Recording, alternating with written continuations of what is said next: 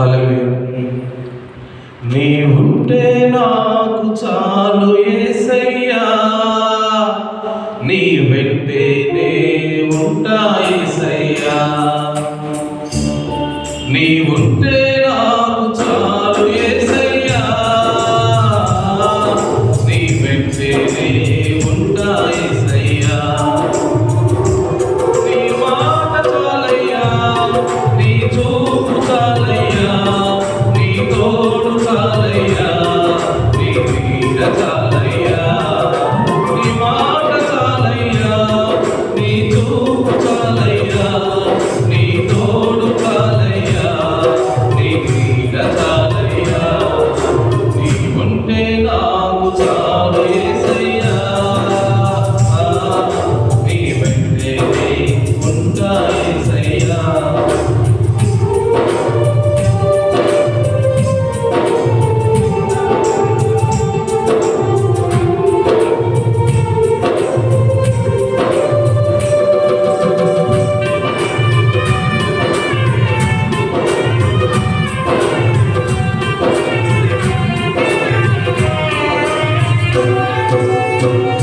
ఎన్ని బాధలు ఉన్ననో, ఇబ్బందులు ఎదురైననో, ఎంత కష్టం వచ్చినా నీ దూరమైనను. నీ మాట చాలయ్యా, నీ చూపు చాలయ్యా, నీ తోడు చాలయ్యా, నీ నీడ చాలయ్యా. నీ మాట చాలయ్యా, నీ చూపు చాలయ్యా, నీ తోడు చాలయ్యా, నీ నీడ చాలయ్యా. నీవుంటే నాకు చాలు యేసయ్యా, నీ వెంటే నే ఉంటా యేసయ్యా.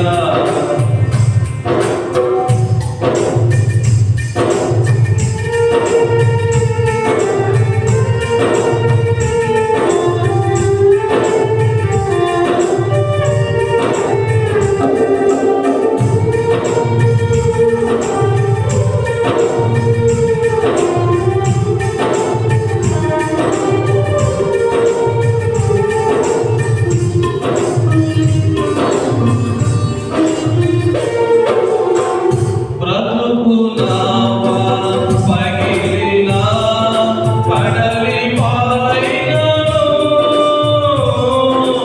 అలలు ముంచి వేసినా, ఆశలు అణగారినా. బ్రతుకు నావా పగిలినా, కడలి పాలైనను, అలలు ముంచి వేసినా, ఆశలు అణగారినా. నీ మాట చాలయ్యా, నీ చూపు చాలయ్యా, నీ తోడు చాలయ్యా, నీ నీడ చాలయ్యా. నీ మాట చాలయ్యా, నీ చూపు చాలయ్యా, నీ తోడు చాలయ్యా, నీ నీడ చాలయ్యా.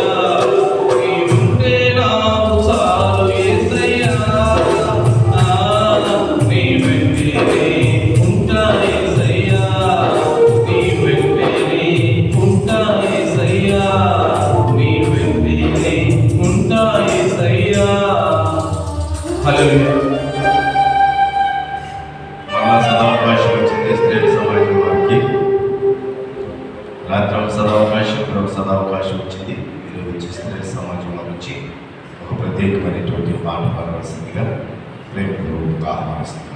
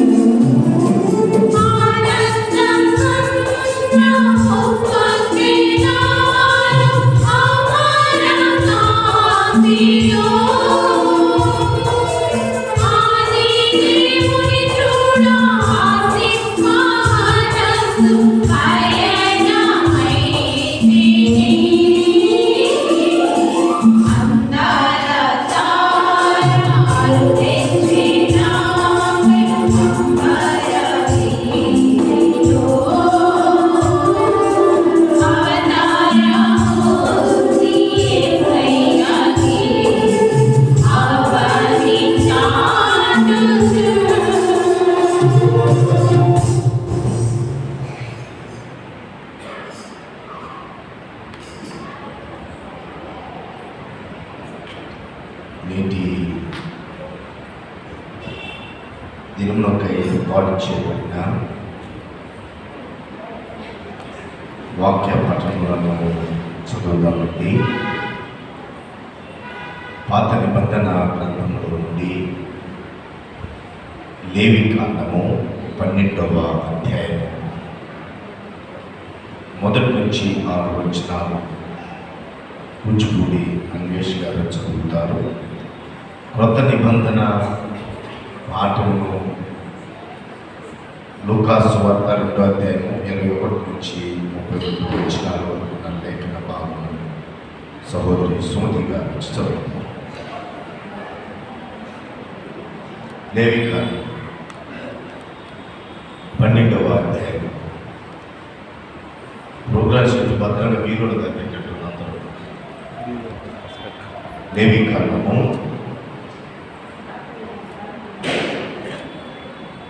12వ అధ్యాయం మొదటి 6 వచనాలు.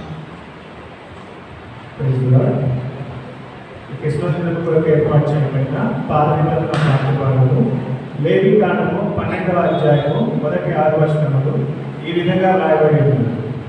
మరియు యెహోవా మోషేకు ఈలాగు సెలవిచ్చాడు, నీవు ఇశ్రాయేలీయులతో ఇట్లను, ఒక స్త్రీ గర్భవతి అయి మగపిల్లను కనిన ఎడల ఆమె 7 దినములు పురిటాలై ఉండవలెను. ఆమె తాను ముట్టుదై కడగా నుండు దినముల లెక్కను బట్టి పురిటాలై ఉండవలెను. 8వ దినమున బిడ్డకు సున్నతి చేయింపవలెను.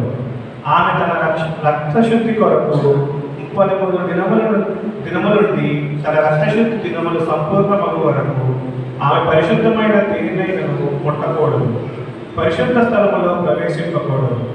ఆమె ఆడపిల్లను కలిగిన ఎడల ఆమె తాను కడగా ఉండినప్పటి వల్లే 2 వారములు పురిటాలై ఉండవలెను. ఆమె తన రక్తశుద్ధి కొరకు 66 దినములు కడగా ఉండవలెను. కుమారుని కొరకే గాని కుమార్తె కొరకే గాని ఆమె శుద్ధ దినములు సంపూర్తి అయిన తరువాత ఆమె దండబలిగా 1 ఏడాది గొర్రెపిల్లను, పాప పరిహార బలిగా ఒక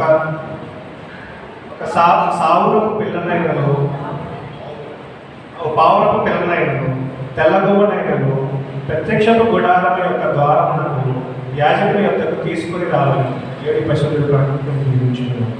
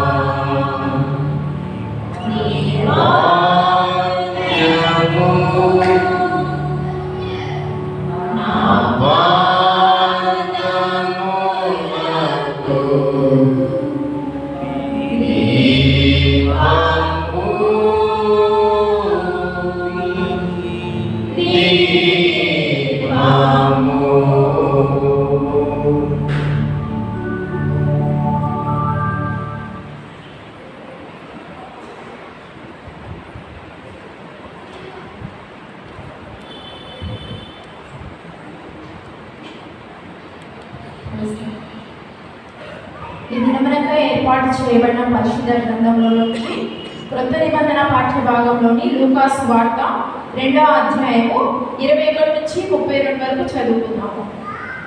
ఆ శిశువునకు సున్నతి చేయవలసిన 8వ దినము వచ్చినప్పుడు గర్భమంద ఆయన పుట్టక మునుపు దేవదూత చేత పెట్టబడిన యేసు అను పేరు వారు ఆయనకు పెట్టిరి.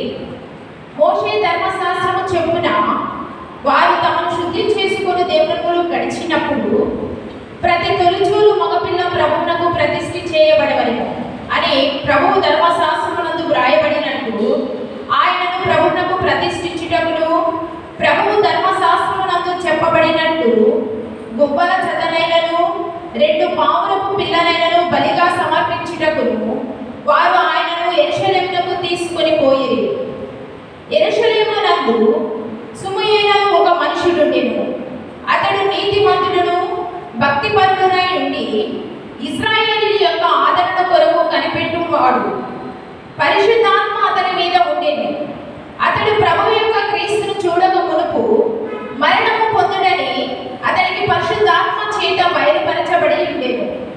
ఆత్మవశుడై అతడు దేవాలయంలోనికి వచ్చెను.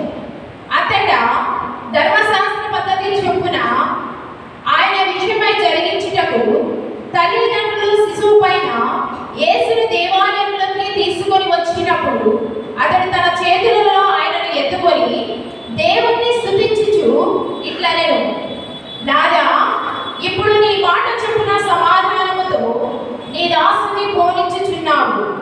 అన్యజనులకు నీవు బయలుపరచుటకు వెలుగుగాను, నీ ప్రజలైన ఇశ్రాయేలీయులకు మహిమగాను, నీవు సకల ప్రజల ఎదుట స్థిరపరిచిన నీ రక్షణ నేను కన్నులారా చూచితిని. దేవుడి ఈ పరిశుద్ధ వాక్యమును మన వినికిడిలో దీవించి ఆశీర్వదించును గాక. ఆమేన్. ప్రార్థన చేసుకుందామండి. ప్రార్థన చేసుకుందాం.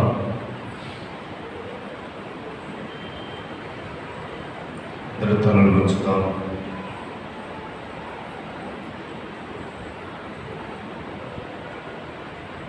జీవం కలిగిన దేవుని నామాన్ని స్తుతిద్దాం. శ్యామ్ మాస్టర్ గారు ప్రార్థన చేస్తారు.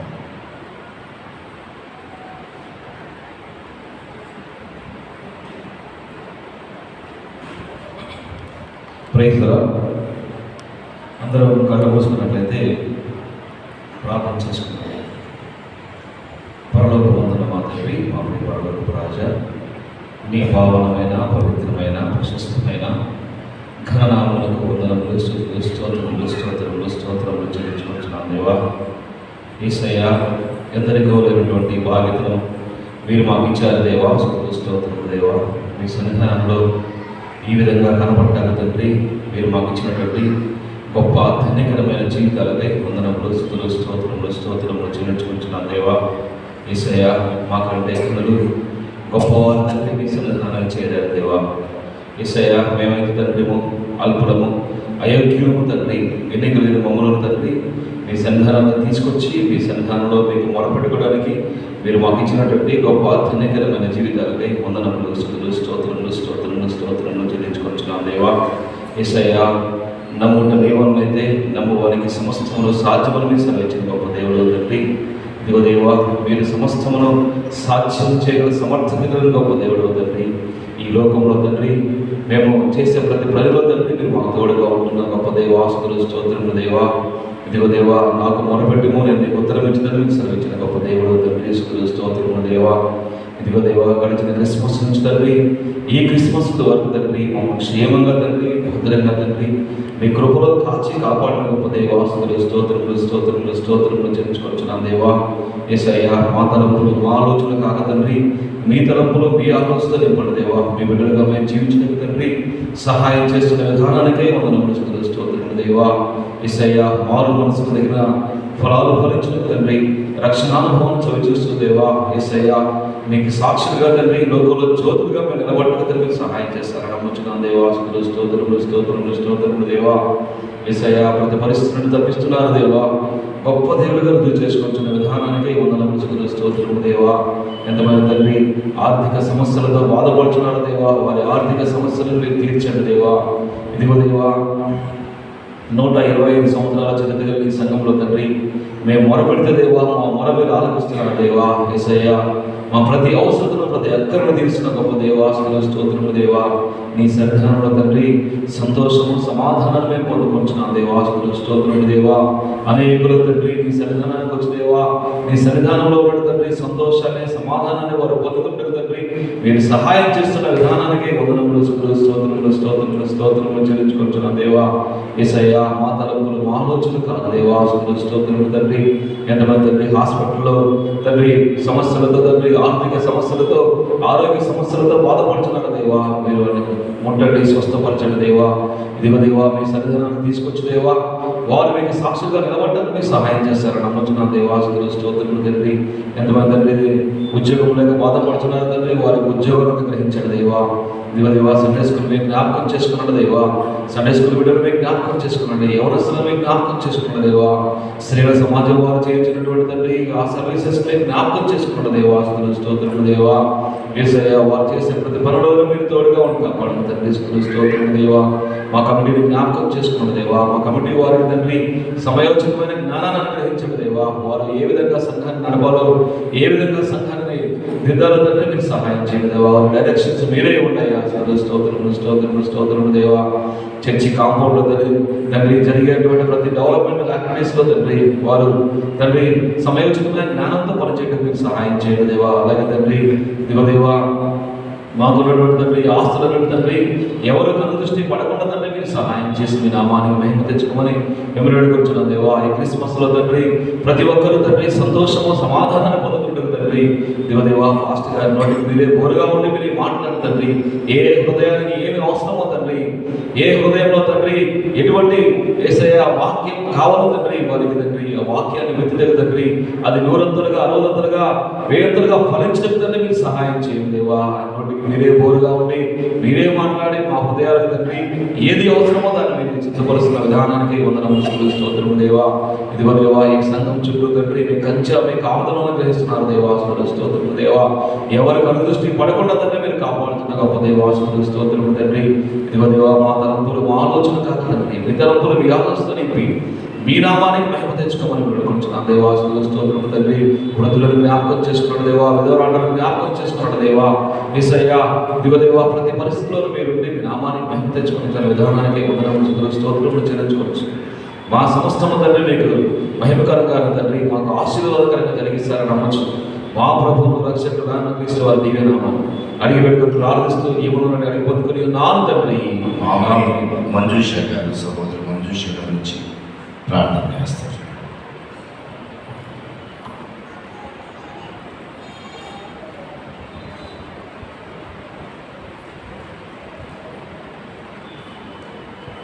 మహాపరిశుద్ధుడా, ప్రేమ కలిగిన నా ప్రియ పరలోకపు తండ్రి, మీ బంగారు పాత్రలకు కోట్ల కొలది స్థుతులు స్తోత్రాలు చెల్లించుకుంటున్నాం నాయన. గడిచిన క్రిస్మస్ ఆరాధన నుంచి నాయన మీ యొక్క క్రిస్మస్ ఆరాధన వరకు నాయన సజీవ లేఖలో ఉంచి ఈ రీతిగా మీ సన్నిధానంలో మరలా మిమ్మల్ని నాయన మీ పుట్టుక దినమును జరుపుకోవటం నాయన మీరు మాకు ఇచ్చిన ధన్యతను బట్టి మీ వందనాలు స్థుతులు స్తోత్రాలు చెల్లించుకుంటున్నాం దేవా. నాయన ఈ ఆరాధన అంతట్లో మీరే తోడుగాడు నడిపించండి నాయన. రావాల్సిన బిడ్డలు నాయన మీ చిత్తానుసారమైన బిడ్డలు నాయన త్వరపెట్టి మీ సన్నిధానం రావడానికి మీరే కృపను అనుగ్రహించవలసిందిగా వేడుకుంటున్నాం దేవా. మీకు వందనాలయ్యా.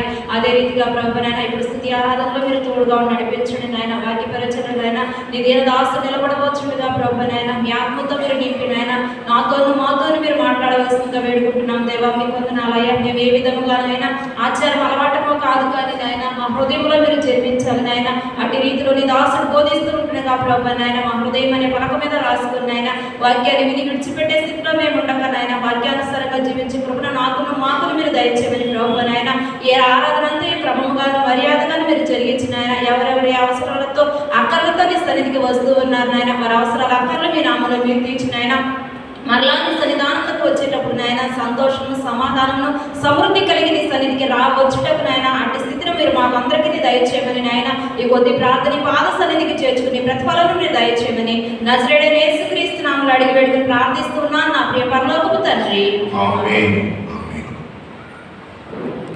ప్రియమైన వాళ్ళ మనకి ఇవ్వబడినటువంటి ఈ ప్రోగ్రామ్ షీట్లో ఒక క్రిస్మస్ శుభాకాంక్షలు అనేటువంటి సంఘ పెద్దలు వచ్చి అన్నారు. కాబట్టి ఇంకెవరెవరు కూడా ఈ స్థలానికి రాలేదు కనుక వారు వచ్చిన తర్వాత ఆ కార్యక్రమాన్ని మనం కొనసాగిద్దాం.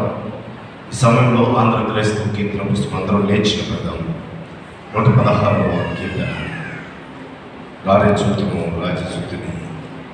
అనేటువంటి కీర్తనను పాడుతూ దేవుని నామాన్ని మహిమపరుద్దాం. ఆంధ్ర క్రైస్తవ కీర్తన పుస్తకంలో నుండి 116వ కీర్తన పాడుతూ దేవుని పరిశుద్ధ నామాన్ని స్తుతిద్దాం.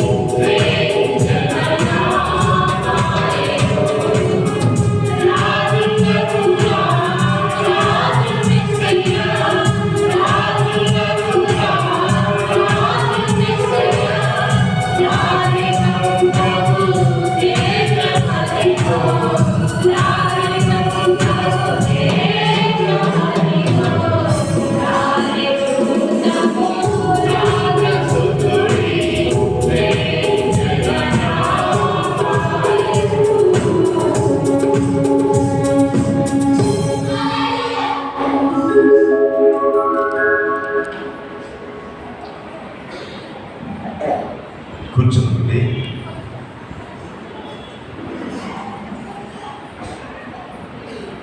సమయంలో దైవర్తమానానికి వెళ్ళకముందు మన సెక్రటరీ గారు వచ్చున్నారు. వారు వచ్చి ఈ క్రిస్మస్ శుభాకాంక్షలు ఎవరు తెలియపరచాలనో వారిని ఆహ్వానించాల్సిందిగా ప్రభు పేరిట మనం చేస్తూ ఉన్నాను.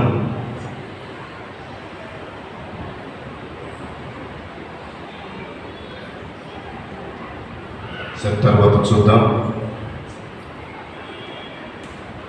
మరియు నీ హృదయంలోనికి ఒక కట్టుము దూసుకుని పోవునని ఆయన తల్లి అయిన మరియతో చెప్పాను. చిన్న ప్రార్థన చేసుకున్నాం. ప్రేమ కలిగిన తండ్రి, కలిగిన దేవునికి వందనాలు, కృతజ్ఞతలు చెల్లిస్తూ ఉన్నాను. ఈ సమయంలో మరొకసారి ప్రభువా, నిష్ప్రయోజకుడైన నీ దాసునైనటువంటి నన్ను మీరు మీ పక్షం నిలబెట్టుకున్నందుకై కృతజ్ఞతలు స్తోత్రములు చెల్లిస్తూ ఉన్నాను. నన్ను మీ శిలువ సాగు వరకు పరుచుకొని మీ ఆత్మతో నింపి మా అందరికీ ఆశీర్వదకరమైనటువంటి మాటలను మీరు అందించమని, చేర్చిన వీరందరినీ మీరు దీవించమని యేసునామమున ప్రార్థిస్తున్నాము తండ్రి, ఆమేన్. క్రీస్తునందు ప్రియమైన సహోదరి సహోదరులారా, మన ప్రభువును రక్షకుడైన యేసుక్రీస్తు నామములో మీ అందరికీ ఈ క్రిస్మస్ శుభములు నా హృదయపూర్వక వందనాలు తెలియపరుస్తున్నాను. దేవుని కృపను బట్టి కొద్ది నిమిషాలు ఆయన జననాన్ని స్మరించుకుంటూ దేవుని యొక్క సన్నిధానంలో ఆయనను స్తుతించేటువంటి, ఆరాధించేటువంటి భాగ్యము సర్వశక్తి కలిగినటువంటి దేవుడు మనకు అనుగ్రహించాడు. అందును బట్టి త్రియేక దేవునికి మనందరి పక్షాన కృతజ్ఞతలు, స్తుతులు, స్తోత్రములు చెల్లిస్తూ ఉన్నాను.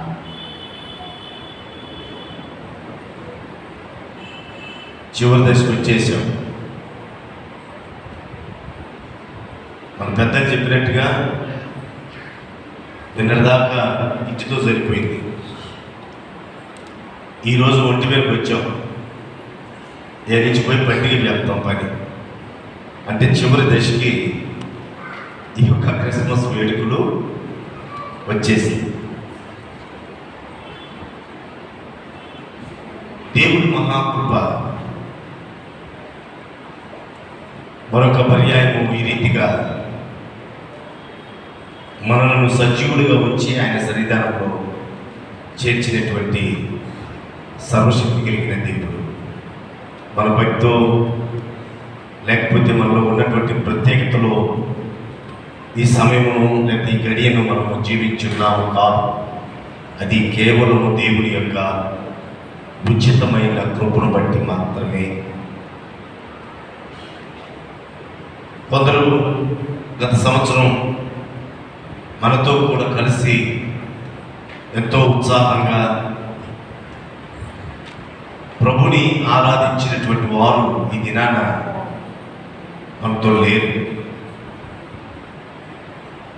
ఒకవేళ ప్రభు రాకడ ఆలస్యమై మరొక ఇటువంటి ఆరాధనలో పాల్గొనాలంటే మనలో ఎంతమంది ఉంటామో కూడా మనకు గ్యారంటీ లేదు.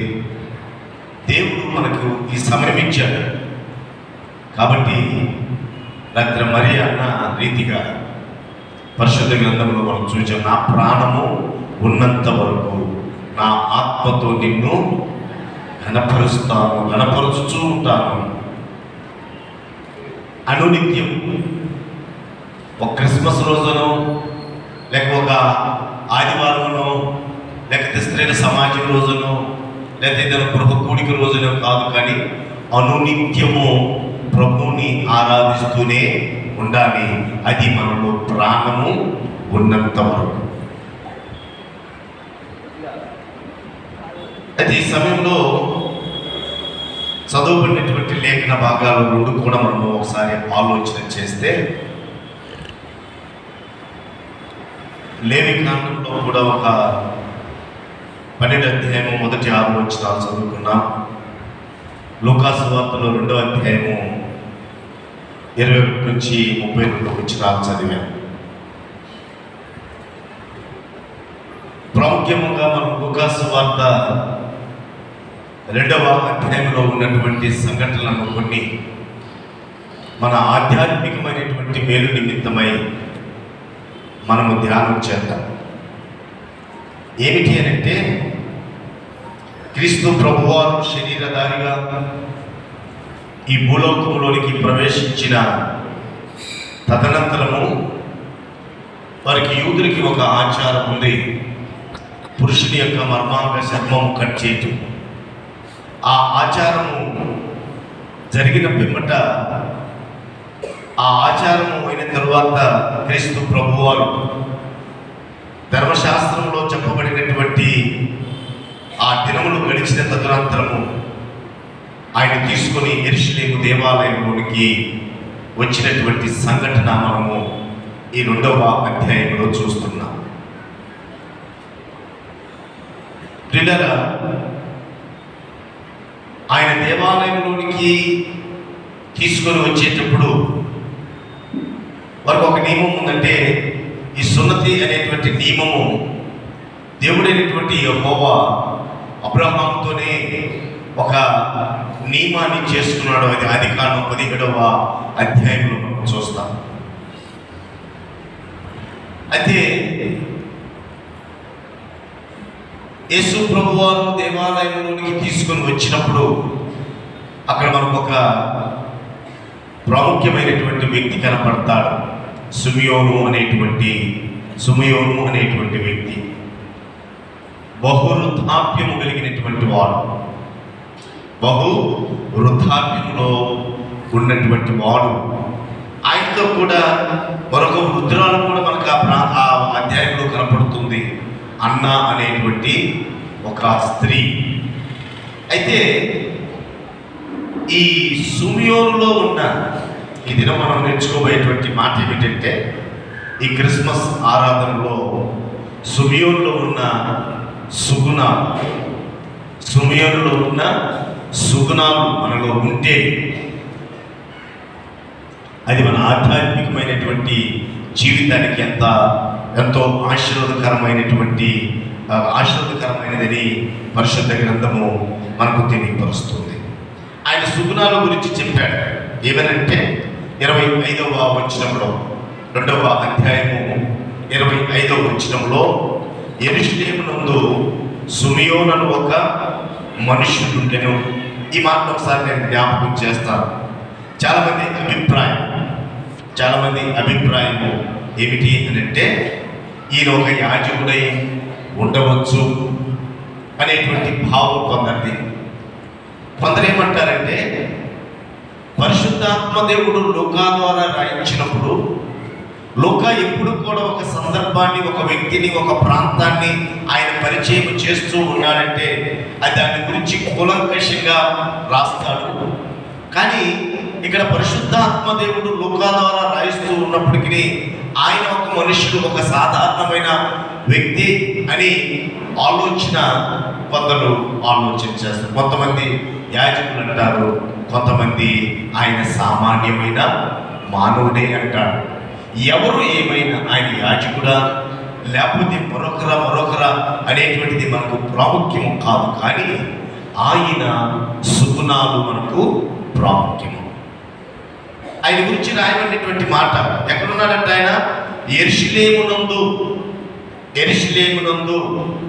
ఈ మాటను మనము గమనిస్తే ఈ యెరూషలేము అనేటువంటి మాట 2 పదాల యొక్క కలయిక.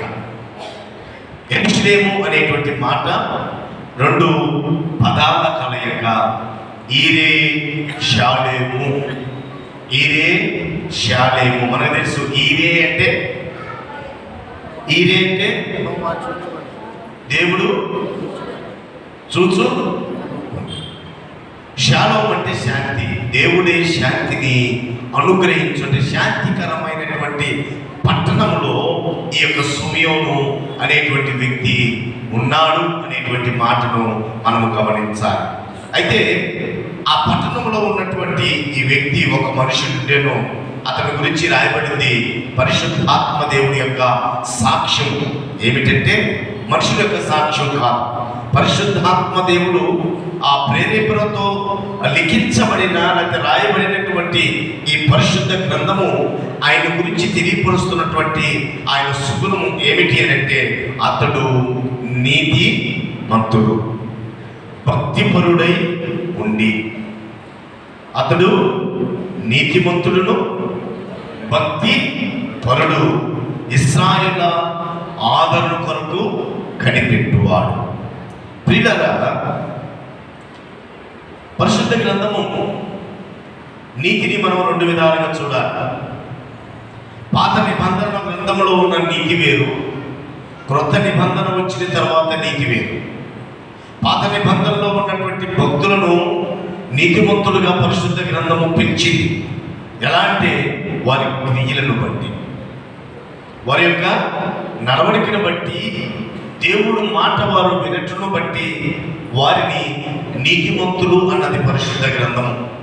పాత నిబంధనలో వారి క్రియను బట్టి. ఆది కాలంలో మనం మొట్టమొదటిగా నోవాహును చూస్తాం. నీతి ఆధారము వారిలందరిలో నోవాహు నీతిమంతుడుగా కనబడెను. ఆ తర్వాత యోగు గ్రంథంలో కూడా యోగుడి గురించి చూస్తారు. నీతిమంతుడు, నిందారహితుడుగా జీవించినటువంటి భక్తుడైనటువంటి యోగును కూడా మనం చూస్తాం. అయితే మనము లోతును కూడా నీతిమంతుడు అనేది పరిశుద్ధ గ్రంథము.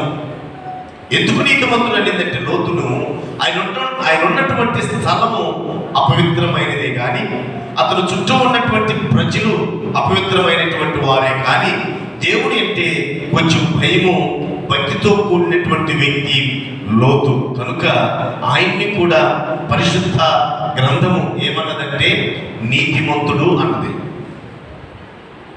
పరిశుద్ధాత్మ దేవుడు సాక్ష్యం చెప్పినప్పుడు మనము ఆయన అనీతిమంతుడు అనేటువంటి అర్హత మనకు లేనే లేదు. ఆయన ఏ స్థలంలో జీవిస్తున్నా, ఏ స్థలంలో బ్రతికినా, పాపపు ఇష్టమైనటువంటి ప్రజల మధ్య ఆయన జీవిస్తూ ఉన్నప్పటికీ దేవుడు అన్నాడు, ఆ లోతు నీతిమంతుడు అన్నాడు.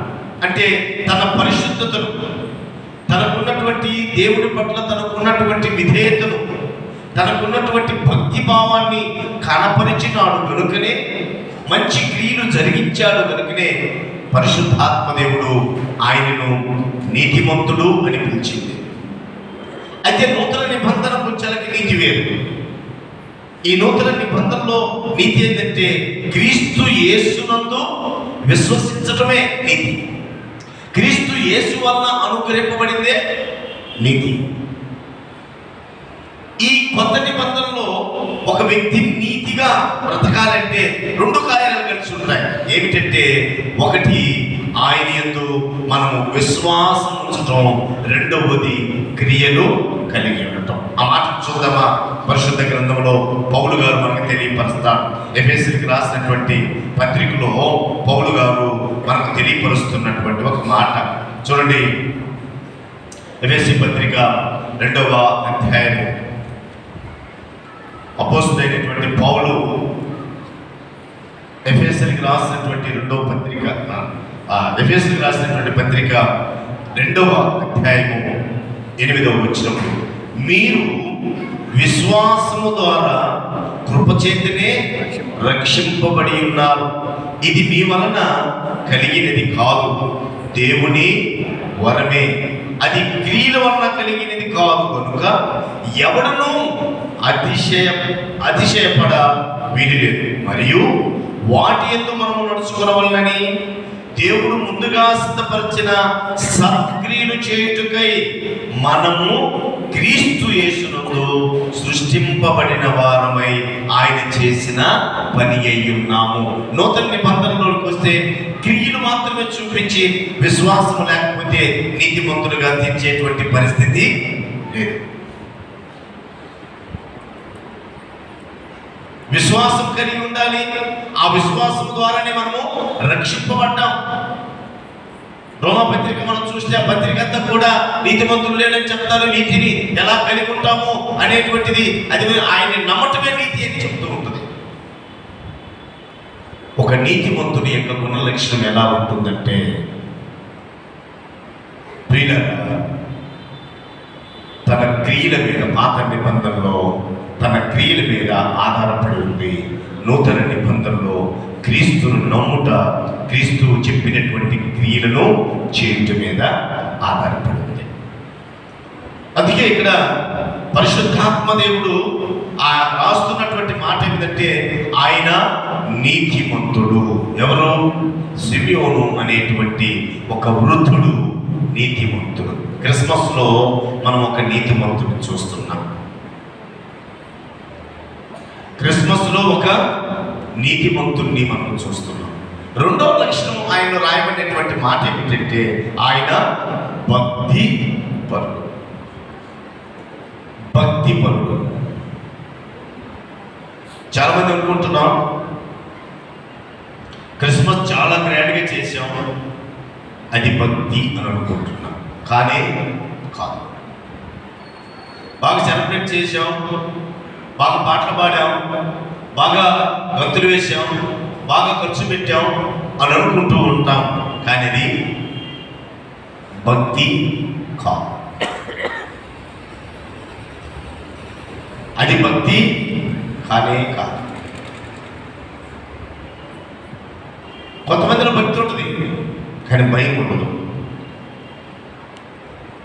భక్తి ఉంటుంది కానీ భయం ఉండదు. ఉదాహరణ, ఇక్కడికి అందరూ ఎక్కరు సాధారణంగా. అమ్మో ఎక్కకూడదేమో భయం. ఆ భక్తి. కానీ బ్రతుకులో మాత్రం భయం లేదు. ఈ స్థలానికి, ఈ స్థలం పట్ల భక్తి భావాన్ని చూపిస్తున్నావు కానీ దేవుని మాటల పట్ల మాత్రం భయభావంలో లేదు. ఇదే ప్రత్యేకమైనదే కాదు, మరే పాత నిబంధనలో లేవు. ఆ ప్రధాన యాజకుడే సంవత్సరానికి ఒకసారి పోయేటువంటి పరిస్థితి కాదు. కానీ మనకేం ఆలోచన ఉంది?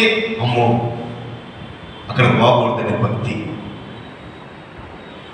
కానీ ఇక్కడ ఏమైనా చేయొచ్చు, దేవుడి వైపు లేదు.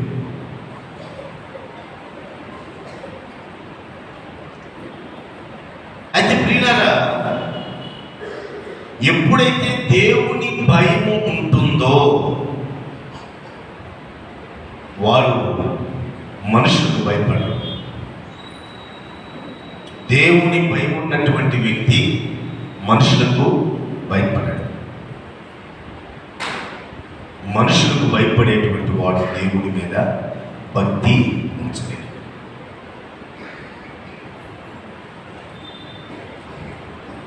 ఆయన భక్తిపరుడై ఉన్నాడు. మన భక్తి ఎలా ఉంటుందంటే పౌలే చెప్తాడు తిమోతికి రాసినటువంటి 2వ పత్రికలో 2వ అధ్యాయము మనం గమనిస్తే 2వ పత్రిక 3వ అధ్యాయము 5వ వచనంలో ఆయన చెప్తాడు, పౌలు గారు తన ఆత్మీయ కుమారుడికి ఈ లేఖ రాస్తూ ఆయన చెప్తున్నటువంటి మాట ఏంటంటే, పైకి భక్తి గలవారు వలె ఉండి దాని శక్తిని ఆశ్రయించని వారునై ఎందురు, ఇట్టి వారికి విముఖుడువై ఉండుము. ఇటువానికి విముఖుడువై ఉండుము. పైకి ఎలా ఉంటారంట? పైకి భక్తి గలవారి వలె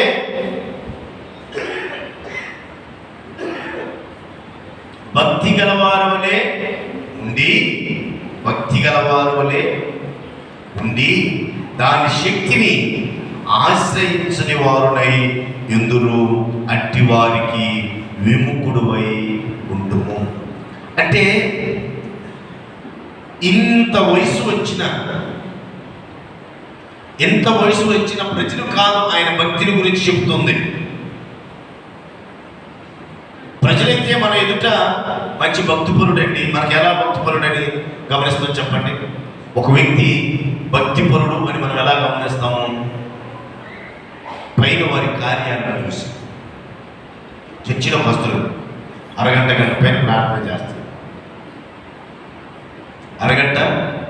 గంట పైన మనం ఆయన చర్చిలోకి వచ్చిన తర్వాత ఆయన చూస్తూ ఉంటాం, అమ్మో చాలా భక్తిపరుడు, చాలా ప్రార్థన పరుడు.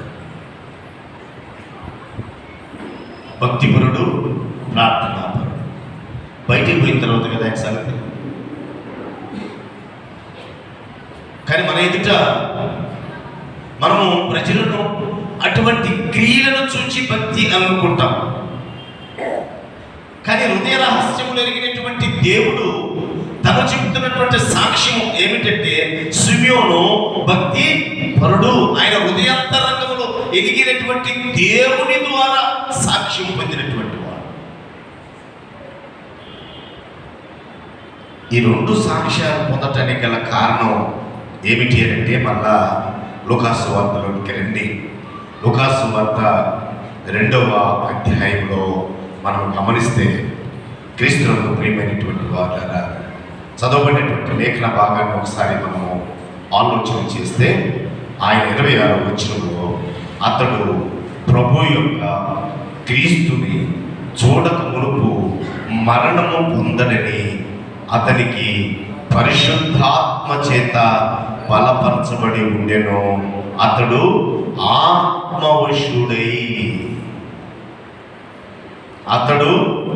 ఆత్మవశుడై అంటే పరిశుద్ధాత్మతో నింపబడినటువంటి వాడు. రాత్రి చెప్పాను కదా, పరిశుద్ధాత్మ నింపబడిన ఆరాధన వేరు, పరిశుద్ధాత్మలో నింపబడినటువంటి ఆ స్తుతి వేరు, ఆ కృతజ్ఞత వేరు, ఆ భక్తిభావము వేరు. ఈయన ఆ వయసులో కూడా, వృద్ధాప్యంలో ఆయన్ని ఏమి నింపబడి ఉందంటే పరిశుద్ధాత్మతో నింపబడిన వాడై. మరియా లేకపోతే ఎలిజబెత్ పరిశుద్ధాత్మతో నింపబడి ఆయన్ని ఘనపరుస్తుంది, స్తుతిస్తుంది, కీర్తిస్తుంది, గణపరుస్తుంది. పరిశుద్ధాత్మ దానితో నింపబడితే, పరిశుద్ధాత్మ దేవుడు మనలో ఉంటే మనలో ఏముంటుందంటే నీతి ఉంటుంది, భక్తి ఉంటుంది. పరిశుద్ధాత్మ దేవుడు మనలో నివాసం ఉంటే, క్రీస్తు మన జీవితంలో ఉంటే, క్రీస్తు కేంద్రమైనటువంటి, క్రీస్తుకు ప్రధాన కేంద్రమైన ఈ హృదయంలో ఆయనకి స్థానం ఉంటే, ఆయన నివాస యోగ్యముగా ఆ హృదయం ఉంటే, ఆ వ్యక్తిలో ఏముంటుందంటే నీతి ఉంటుంది. ఆ వ్యక్తిలో ఏముంది? భక్తి ఉంది. 3 మాటల్లో చెప్పాలంటే దీన్ని ఇంకొక విధంగా చెప్పచ్చు. ఆ లేఖన భాగాల్లో మనం చూస్తే అందులో వింత కనపడుతుంది మనకి. ఈ క్రిస్మస్లో ఈ లేఖన భాగాల్లో మనం చూస్తే అందులో వింత కనపడుతుంది. రెండవది, అందులో వినోదం కనపడుతుంది. మూడవది, అందులో విషాదం ఉన్నది. క్రీస్తు జన్మలో, ఆ క్రీస్తు జన్మలో విషాదం లేకపోతే ఈ క్రిస్మస్ అర్థం లేదు.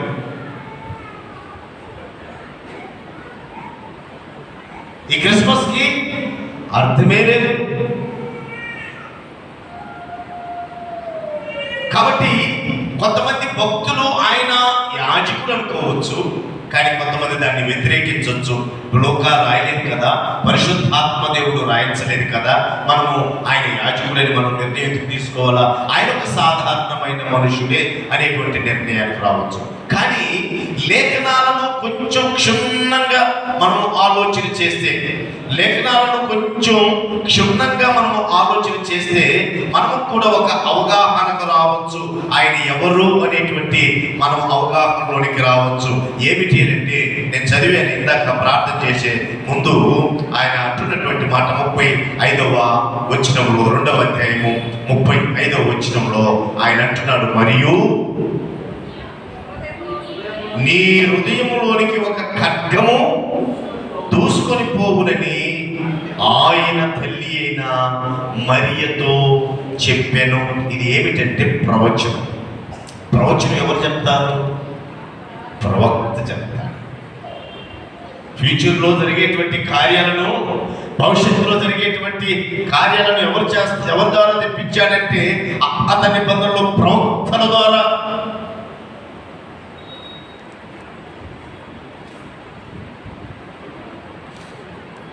అయితే ఈ ప్రవక్త లేకపోతే యాజకుడు, సామాన్య మానవుడు మనకు అవసరం లేదు. కానీ ఆయనలో ఉన్న విశిష్టత ఏమిటి అని అంటే, ఆ తల్లికి జరగబోయేది, మానవ జాతి కలగబోయేటువంటి రక్షణ ఎప్పుడు చూశాడు ఈయన? 33.5 సంవత్సరాల తర్వాత చూడ, బాలుడుగా తల్లి ఒడిలో ఉన్నప్పుడే చూడగలిగాడు. పరిశుద్ధాత్మతో నింపబడితే మనము నీతిమంతులుగాను, భక్తిపరులుగాను దేవుని యొక్క మహిమను, అసలు ఆయన ఎందుకు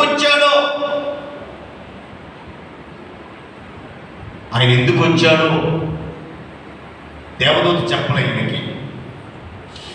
మరి ఏం చెప్పింది? ఆయన ప్రజలు వారి పాపము నుండి రక్షించును అని చెప్పింది. కానీ మరియకు ఇక్కడ సిమియోనుకి చెప్పలేదు. కానీ సిమియోను ఏం గమనిస్తుందో, దేవుని దూత చెప్పినటువంటిది ఇక్కడ పరిశుద్ధాత్మతో నింపబడినటువంటి సిమియోను ఏం చెప్తున్నాడంటే, ఆ ప్రవచనము చెప్తున్నాడు. వారి పాపము నుండి ఆయన రక్షిస్తాడు అని చెప్పింది దేవదూత. కానీ వారి పాపము నుండి రక్షించడానికి అమ్మ నీకు కడుపు కోత ఉందని చెప్పలా.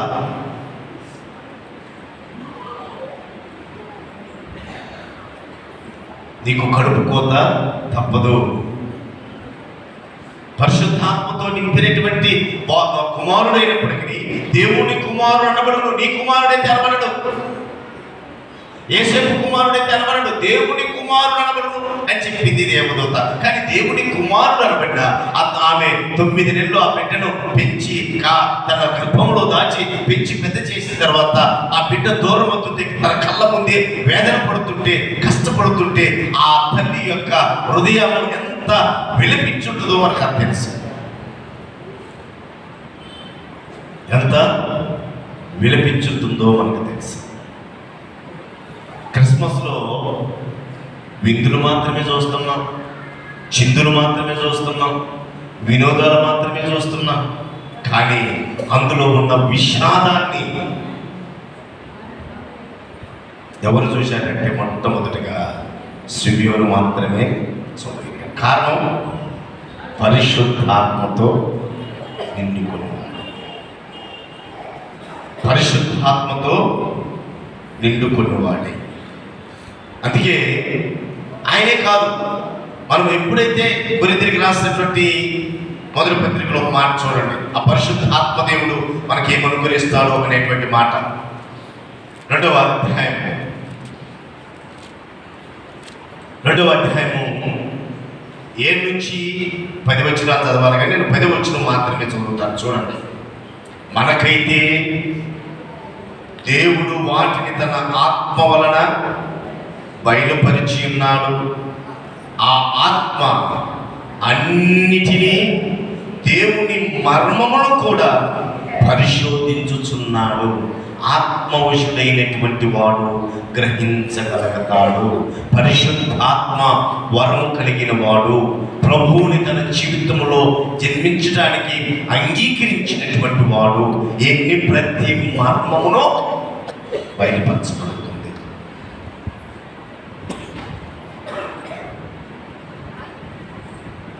ఎలిజబెత్ అన్నది, మరి అన్నది ఆయన నామము పరిశుద్ధమైనది. ఆయన ఎవరంట? సర్వోన్నతుడు, సర్వశక్తిమంతుడు. ఆయన బాహుబలము పరాక్రమ గలవే. ఆయన నా రక్షకుడు. ఇవన్నీ ఆయనకి ఎలా తెలిసినాయి? ఇవన్నీ చెప్పడానికి దేవుడు దూత. ఆమె ఆ భవిష్యత్తు ఏముంది? ఆత్మతో నింపబడిన తర్వాత, పరిశుద్ధాత్మతో నింపబడిన తర్వాత ఆమె నోట్లో నుంచి వస్తున్నటువంటి ఆరాధన ఆయన మహోన్నతమైన గొప్పతనాన్ని చూపించడమే కనపడుతుంది. ఆరాధనలో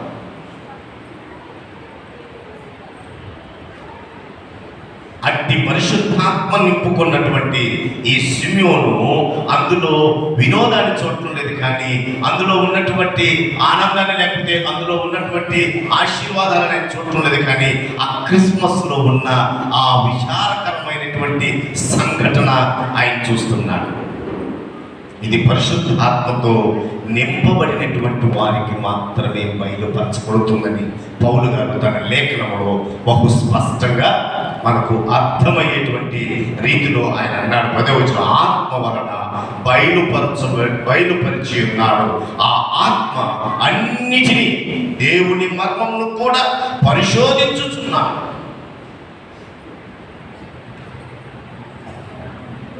క్రిస్మస్లో మనము ఆత్మపూర్ణమై ఉండాలి. సిమియోను గురించి ఇంకో మాట మనం చూస్తే, పరిశుద్ధాత్మపూర్ణుడైనటువంటి ఈ వ్యక్తి ఇంకో రకంగా కూడా ఆలోచించచ్చు.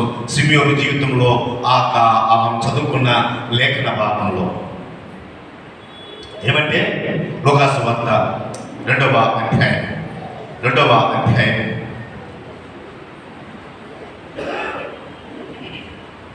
25వ వచనం. యెరూషలేమునందు సిమియోను ఒక మనుషుడు, అతడు నీతిమంతుడును భక్తిపరుడై ఉండి ఇశ్రాయేలు యొక్క ఆదరణ కొరకు కనిపెట్టువాడు. ఎవరి కొరకట? ఇశ్రాయేలుల ఆదరణ కొరకు. ఎవరైతే పరిశుద్ధాత్మ దేవునితో నింపబడి ఉంటారో, పరిశుద్ధాత్మ దేవుణ్ణి తన హృదయంలో జన్మించడానికి ఇష్టపడతారో, అట్టి పరిశుద్ధాత్మతో నింపుకున్నటువంటి వారు ఎవరు అనంటే, పరిశుద్ధాత్మతో నింపుకున్నటువంటి వారి పరిస్థితి ఎలా ఉంటుందంటే, ఎవరి ఆదరణ కొరకంట? ఎవరి ఆదరణ కొరకని రాయబడింది? ఇశ్రాయేలు వరకేనా? ఇంకెవరికైనా ఉందా అవకాశం? 32వ వచనం 32 నాదా ఇప్పుడు నీ మాట చొప్పున సమాధానముతో నీ దాసుని ఓడించుచున్నావు. అన్ని జనులకు నిన్ను బయటపరచుటకును వెలుగుగాను నీ ప్రజలైన ఇశ్రాయేలుకు మహిమగాను. ఎవరికంట? అన్ని జనులకు నిన్ను బయలుపరచుటగాను వెలుగుగాను నీ ప్రజలైన ఇశ్రాయేలుకు మహిమగాను నీవు సకల ప్రజల ఎదుట సిద్ధపరిచిన నీ రక్షణ నేను కన్నులారా చూచితిని. ఇశ్రాయేలుల ఆదరణ కొరకు కనిపెడుతున్నాడు, అన్యుల కొరకు కనిపెడుతున్నాడు, సకల ప్రజల కొరకు కనిపెడుతున్నాడు. ఎందుకంటే ఆ దినాల్లో పరిపాలన చేస్తున్న రాజరిక వ్యవస్థ సరిగా లేదు. ప్రజలు ఎంతో ఇబ్బంది పడిపోతున్నారు. దేవుడి యొక్క దర్శనం లేదు. దేవుడి యొక్క ఆ యొక్క ప్రత్యక్షత మానవులకు కరువైపోయింది. అటువంటి పరిస్థితుల్లో, అల్లుకోలమైనటువంటి పరిస్థితుల్లో ప్రజల జీవన విధానం ఉంది, అంత క్షేమకరమైన పరిస్థితి కాదు. అటువంటి సమయంలో ఈ ప్రజలను విమోచించేటువంటి వాడు కొరకు అయ్యా వృద్ధాప్యంలో ఉన్నాను. మన పాకాలపాడు వెళ్ళాను. మన క్యారల్స్ అయిన తర్వాత ఒక ఆమె వచ్చింది, 90 సంవత్సరాలు అంట. అయ్యా ప్రార్థించి ఎందుకమ్మా అన్న మోకాళ్ళు ఇప్పుడు అయ్యారు. ఎందుకంటే నీ వయసులో సగం లేదు, నాకే ఉంటాయేమో, నా గురించి చేస్తాను ప్రార్థన.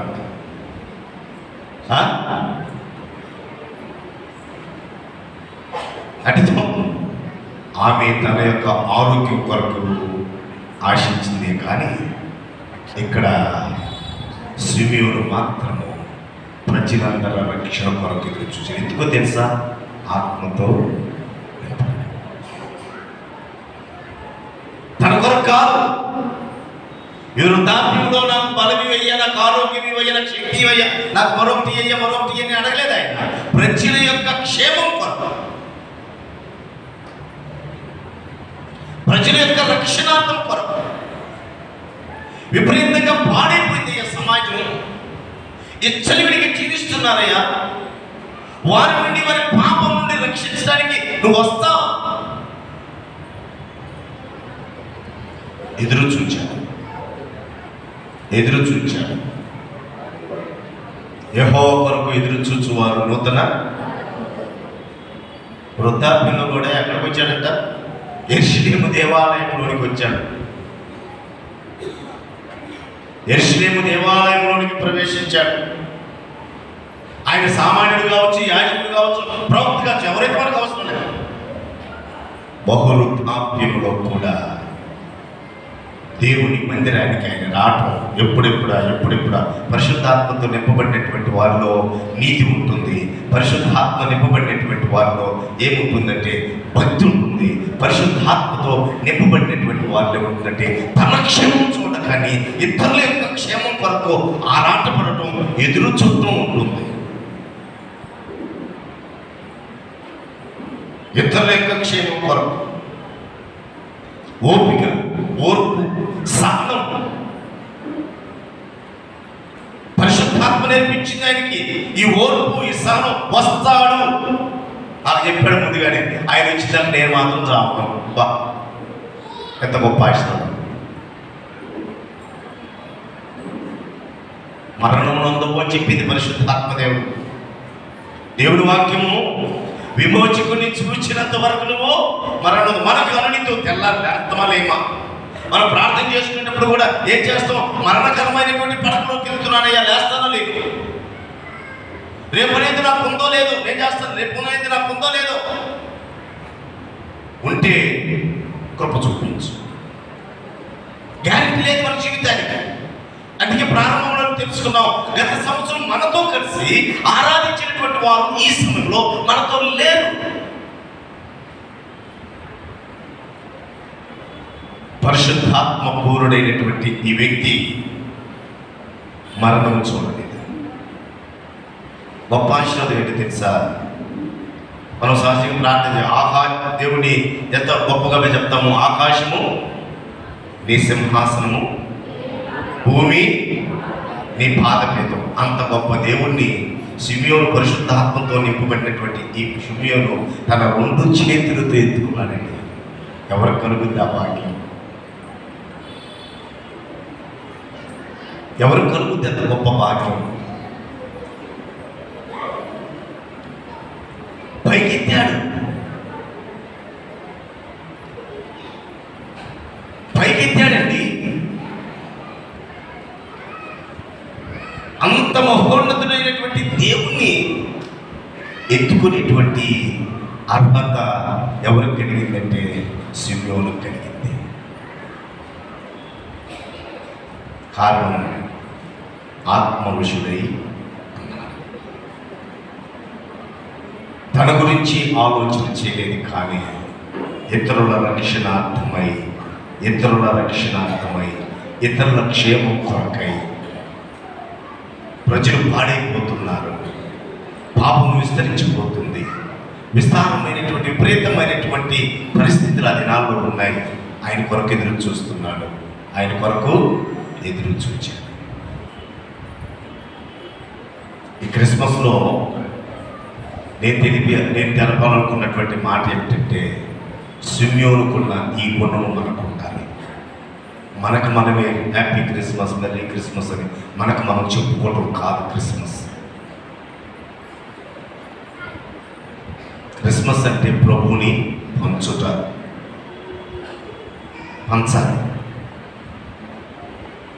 ఆయన ఆశ ఏంటి? సకల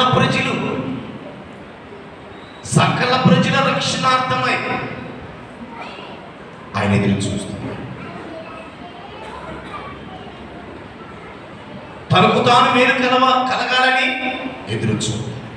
కాబట్టి ఆయన ఓ పరిశుద్ధాత్మతో నింపుకున్నవాడు కనుక ఆయన ఎవరంటే ఆదరించేవాడు. ఆయన ఆత్మవశుడై ఉన్నాడు. 3వ విషయం ఏంటంటే, క్రీస్తునందు ప్రియ దేవుని బిడ్డలారా, 2వ అధ్యాయం 29వ వచనంలో ఆయన అంటాడు, నాదా, ప్రభువా, దేవుడా, నాదా,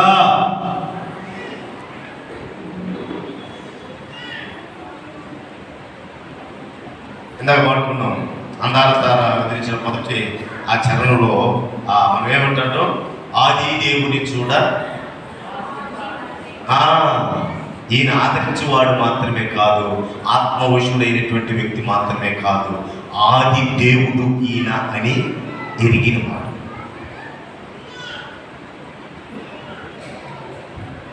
యేసయ్య ఆది దేవుడని సామెతల గ్రంథము 8వ అధ్యాయం.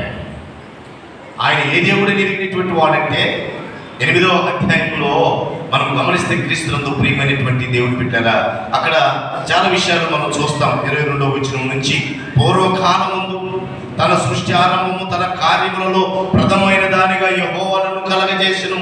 అనాది కాలము మొదలుకొని మొదటి నుండి భూమి ఉత్పత్తి అయిన కాలములకు పూర్వము నేను నియమించబడితిని. ప్రవాహ జలములు లేనప్పుడు, నీళ్లతో నిండిన ఓటలు లేనప్పుడు నేను పుట్టి తిని. పర్వతములు స్థాపింపబడక మునుపు, కొండలు పుట్టక మునుపు, భూమిని దాని మైదానములు ఆయన చేయక మునుపు, నేల మట్టిని రవ్వంతయు సృష్టింపబడక మునుపు నేను పుట్టి తిని. ఆ మాట మనం చూస్తే ఈ ఆది సంపూర్ణుడైన దేవుడు మనకు అర్థమవుతాడు. మళ్ళా జ్ఞాపకం చేస్తాను. మొదటి వారంలో నేను జ్ఞాపకం చేశాను. ఏప్రిల్కి రాసినటువంటి పత్రిక 10వ అధ్యాయము 5వ వచనంలో, కాబట్టి ఆయన ఈ లోకమందు ప్రవేశించినప్పుడు ఇలాగూ చెప్పుచున్నాడు, బలియు అర్పయు నువ్వు కోరలేదు, కానీ నాకొక శరీరము అమర్చితివి. బలియు అర్పణ నువ్వు కోరలేదు కానీ, అంటే ఈ మాట నేను వివరించాను ఏంటంటే, ఈ ఆది సంపూర్ణుడైన దేవుడు 225 సంవత్సరాలకి క్రితంకే, ఈ 225 సంవత్సరాల చరిత్రకే పరిమితం చేయకండి. 225 సంవత్సరాలకే పరిమితం చేయకండి. ఈయన ఆది సంపూర్ణుడైన దేవుడు. కారణం ఏంటంటే, అక్కడ రాయబడింది, ఆయన నీవు నాకు ఒక శరీరమును అమర్చితివి, ఆ శరీరము అమర్చుకున్నటువంటి ఈ ఆది సంబుధుడు ఈ లోకమందు ప్రవేశించను. ఇప్పుడు రక్షణ తీసుకొని ప్రవేశించిన రోజు చెప్పాలి. ఆయన 220 సంవత్సరాల క్రితమేనయ్యా అని అంటే అంత ముందున్నాడు గొప్పడు కదా. ఆ పరిమితో చేయకండి. ఆయన యొక్క శరీరమును ఉంచుకొని ఈ లోకంలోనికి ప్రవేశించిన అదే క్రిస్మస్. ఈ మాట కూడా జ్ఞాపకం చేశాను. ఎందుకు శరీరము అమర్చుకోవాలి? రక్తము చిందించాలి.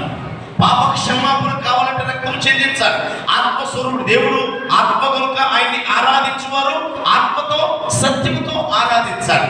ఆత్మకు శరీర రక్త మాంసము లేవు కాబట్టి శరీరం ధరించుకోవాల్సి వచ్చింది. ఈ సృష్టి యావత్తు లేనప్పుడు ప్రకటన గ్రంథంలో ఆయన పేరు ఏమనుందంటే వాక్యము. వాక్యమై ఉన్న దేవుడు. యోహాను సువార్త 1 వచనంలో ఆది యందు యేసు ఉండెను. ఆయన పేరు వాక్యము. ఈ ఆది సంబుధుడయ్యా, ఆది సంబుధుడు అయిన నాదా దేవుడా గ్రహించగలిగాడు. నువ్వు ఆది సంబుధుడు అయ్యా, ఈ సృష్టికి కారణభూతుడు అయ్యా.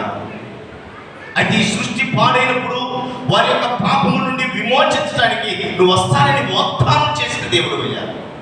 నీ కొరకు ఎదురు చూస్తున్నా. కన్నులారా చూచే భాగ్యం కలిగింది. ఆత్మతో నింపబడితే కన్నులారా చూచేటువంటి భాగ్యము, విమోచకుని చూచేటువంటి భాగ్యము సిమియోను కలిగింది. ఆ విమోచకుని పైకెత్తి చూపించాడు. నేను కాదయ్యా, ఈ వృద్ధాత్మలో ఉన్నటువంటి నేను నీకన్నా వయసులో పెద్దగా నువ్వు సృష్టికర్తవు అని ఆయన ఎత్తి చూపిస్తున్నాడు. నేటి దినాల్లో మనం కనపడాలి. ఆయన మన అనుకుంటాడు, మన అనుకోడు.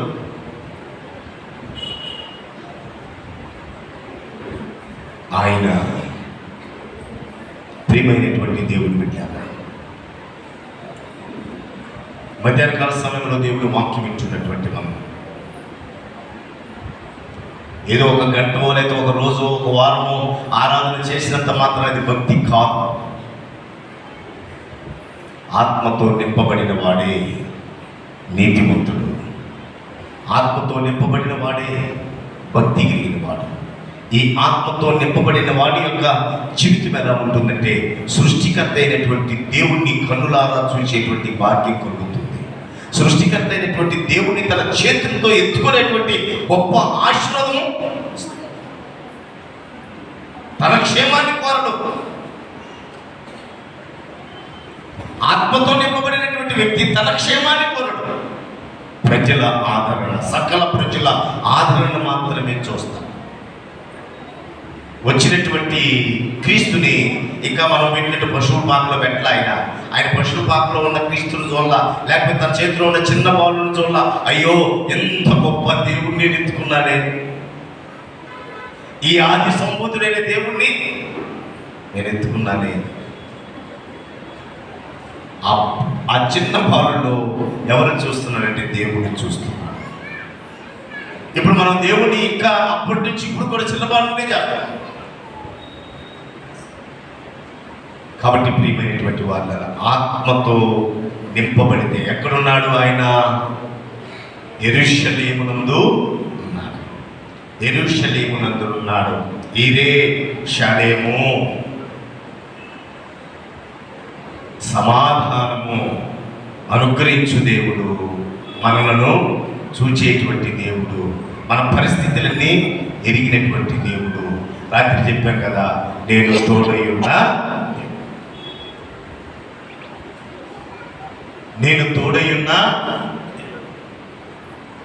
ఇమ్మానుయేలు దేవుడు. ఆయనను ఆత్మతో మనం ఆరాధించాలి. హృదయానుపూర్వంగా ఆయన్ని అంగీకరించాలి. ఆయన ఎవరో అని అర్థం చేసుకోవాలి. అదే క్రిస్మస్. ఆయన్ని అర్థం చేసుకోకపోతే అది క్రిస్మస్ కాదు. ఇంకా మనం బాలుని కానీ ఆయన్ని చూడటానికి వీల్లేదు. ఆయన మహాదేవుడు, ఆది సంభూతుడు, శరీరమును అమర్చుకొని భూలోకములోనికి వచ్చిన దేవుడు, పాప క్షమాపణ రక్షణ అనుగ్రహించడానికి వచ్చినటువంటి దేవుడు. అందుకే నీ కొరకు నా కొరకు కలువరి స్త్రీలో ఆయన వేలాడినటువంటి దేవుడు. తన సౌందర్యమైనటువంటి శరీరం అన్నగా 10,000 మందిలో శ్రేష్ఠుడు, ధవలవరుడు, రత్నవరుడు ఏమైపోయాడంటే నీ నా ఆదరణ కొరకు, నీకు నాకు ఇచ్చే రక్షణ కొరకు ఆ అందగాడు లేక ఆ సోగాడు ఆ స్వరూపమైనను ఏమీ లేకుండా పట్టనటువంటి వాడుగా అయిపోయాడు. ఈ మనిషి చేసేనా అన్న రీతిగా మార్చబడ్డాడు. కారణం మన పాపం. ఎందుకో తెలుసా? అలా కొట్టబడకపోతే మనకు స్వస్థత లేదు. అలా కొట్టబడకపోతే మనకు స్వస్థత లేదు. ఈ పక్క ఒక దొంగ ఉన్నాడు, గజ దొంగ, ఇటు పక్క ఒక దొంగ ఉన్నాడు. కానీ మధ్యలో ఈ సిలువ మాత్రం పెద్దగా మధ్యలో వేశారంటే వీళ్ళిద్దరికంటే పెద్ద దొంగ చేశారు. కానీ ఆయన అంగీకరించాడు.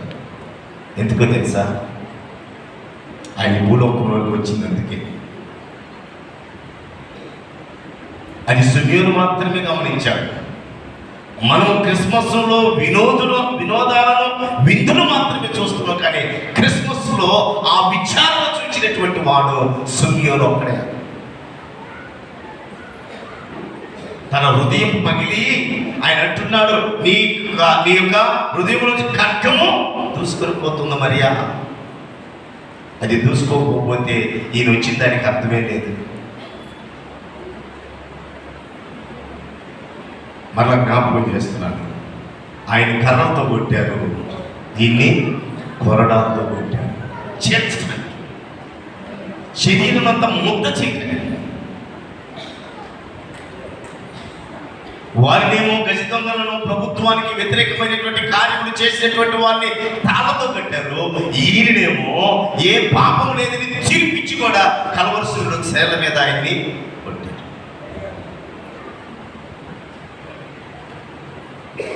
రక్షణార్థమై నీకు నాకు విమోచన కలిగించడానికి, ఆదరణ కలిగించడానికి. ప్రియులారా, ఆయన అంత వేదన పడటానికి కూడా కారణం ఏమిటంటే నేను సంతోషంగా ఉండటానికి, ఆయన సహవాసంలోనికి మనలను తీసుకుని అట్టి దేవుణ్ణి ఇంకా పశువుల పాకలోని పెడితేనా? ఇప్పుడైనా హృదయం అనేటువంటి పాకలోనికి ఆహ్వానించకపోతే ఆడబెట్టి అక్కడే ఆరాధిస్తే ఎలా? ఈ హృదయం అనేటువంటి పాకలో పెట్టి ఆరాధిస్తే కదా. అంత గొప్ప త్యాగం చేసినటువంటి ఆ ప్రభువుని ఇంకా వెలపడుచుతే ఎలా? ఇంకా స్థలం లేదంటే ఎలా? ఆయనకి హృదయంలో నాదా దేవుణ్ణి చూస్తున్నాడు చిన్న బాలుల్లో. కాబట్టి మధ్యాహ్నకాల సమయంలో ఈ క్రిస్మస్ శుభదినమున ప్రియమైన వాళ్ళారా, ఆయన మన కొరకు చేసిన త్యాగాన్ని ఒకసారి జ్ఞాపకం చేసుకుందాం. ఇకనైనా పశువుల పాకలో పెట్టకుండా ఈ హృదయం అనేటువంటి పాకలో స్థలం లేదనకుండా అయ్యా స్థలం ఉంది అని ఆహ్వానించి కేవలం విందులు వినోదాలతోనే కాకుండా అయ్యో ఆయన మన కొరకు చేసిన ఆ గొప్ప కార్యాన్ని స్మరించుకుంటూ ఆయనకు మహిమకరముగా జీవిద్దాం. అట్టి పరిశుద్ధాత్మ మనకు ఆవరింపజేసి దేవునికి మహిమకరముగా జీవింపచేయునుగాక. దేవుడి మాటలు మన వెనుకల్లో దీవించి మన హృదయాంతరంగంలో ఫలింపచేయునుగాక.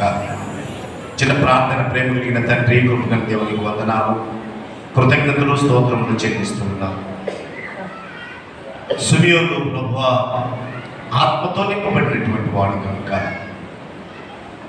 ఎన్ని గొప్ప తండ్రి తన యొక్క క్షేమస్థితిని చూడలేదు, కానీ మానవుల సకల జనుల రక్షణార్థం ఎదురు చూచాడు. మేము కూడా మా విందులు వినోదాలు కాదు, కానీ ఇంకనూ ప్రభువా సాతాను బంధకాలలో కట్టబడి విడుదల నొందలేటువంటి వారి కొరకు మేము ప్రయాసపడటానికి మీ కృప చూపించమని ప్రార్థిస్తూ చేర్చిన వారందరినీ దీవించమని యేసు నామమున ప్రార్థిస్తున్నాము తండ్రి. ఆమె కానుకలను స్వీకరిద్దాం. ఆంధ్ర క్రైస్తవ కీర్తన పుస్తకంలో నుంచి 5